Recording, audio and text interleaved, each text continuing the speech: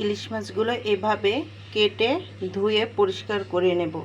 এরপর এর মাঝে আমি হলুদ গুঁড়ো দিয়ে দেব,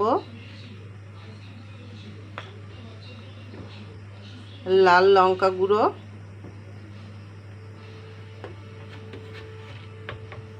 স্বাদমতো লবণ,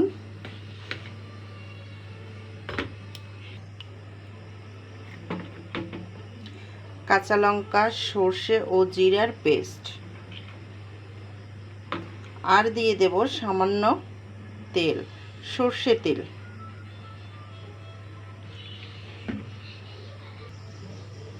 এবারে সমস্ত উপকরণ দিয়ে আমি মাছগুলো খুব সুন্দর করে মেখে নেব।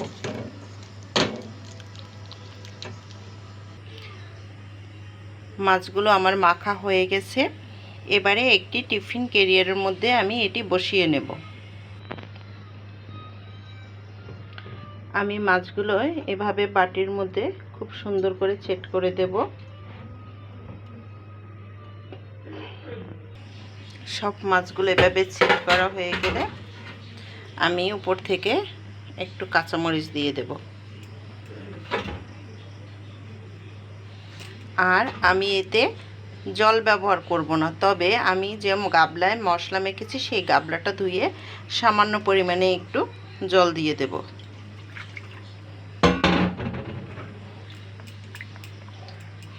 আমি বেশ ঝাঁকিয়ে এটিকে নিয়ে নিয়েছি। এবারে এটি আমি ঢাকনা দিয়ে আটকে নেব।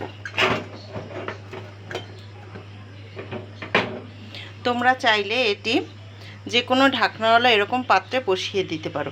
এবারে আমি এটিকে একটি পাত্রে এভাবে জল দিয়ে তার মধ্যে আমি এভাবে একটি স্ট্যান্ড দিয়ে দেব এবং সেই আমার বাটিটা আমরা এখানে বসিয়ে দেব।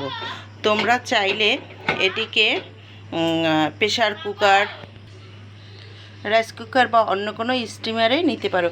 এবারে আমি এটিকে ঢাকা দিয়ে দেব এবং চুলা অন করে এটিকে আধা ঘন্টা পর্যন্ত আমি স্টিমে রাখব।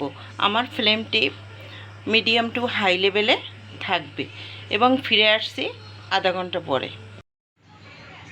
ফিরে এলাম 30 মিনিট পরে। চলো বন্ধুরা দেখি কেমন অবস্থা হয়েছে। দেখো বন্ধুরা, জলগুলো টেনে গিয়েছে, ভাপটা এখনও বের হচ্ছে। তবে বন্ধুরা খুব সাবধানে এই কাজগুলো করবে, হাতে যেন কোনোভাবেই গরম ভাপ না লাগে। এ পর্যায়ে বাটিটা কিন্তু খুব গরম। তোমরা ঠান্ডা হলে বাটিটা খুলবে, তবে আমার যেহেতু ঢাকনা আছে আমি ঢাকনাটা ধরে খুলে নিচ্ছি।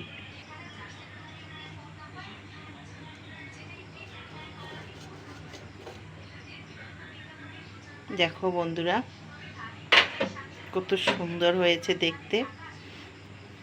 গরম ভাতের সাথে এরকম এক পিস মাছ হলে আর কি চাই। ঝোলগুলো একটু নাড়িয়ে মিশিয়ে নিচ্ছি। দেখো বন্ধুরা কত সুন্দর হয়েছে দেখতে। এটি দেখতে যেমন খেতেও তেমনি এর স্বাদ।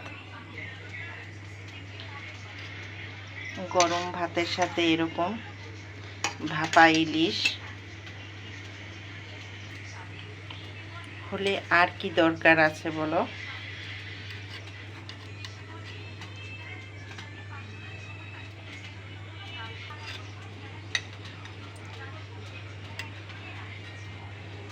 এরকম এক বাটি মাছ দিয়ে অনায়াসেই খেয়ে নিতে পারবে ভাত। বন্ধুরা তাহলে এভাবে বানিয়ে নাও তোমরা ভাপা ইলিশ। আগেরকার দিনের মা দাদিরা ঠিক এভাবেই বানাতে, আর এর স্বাদ যে কত অসম্ভব সুন্দর তা তোমরা নিজেরা হাতে বানালে তখনই বুঝতে পারবে। তাহলে আবার আসবো নতুন কোনো রেসিপি নিয়ে। আর আমার এই ইলিশের ভাপাটি যদি তোমাদের ভালো লেগে থাকে তাহলে লাইক, কমেন্ট ও শেয়ার দিয়ে আমার সাথে থাকো। আর অবশ্যই আমার চ্যানেলটি সাবস্ক্রাইব করো। ধন্যবাদ সবাইকে। ভালো থাকো, সুস্থ থাকো।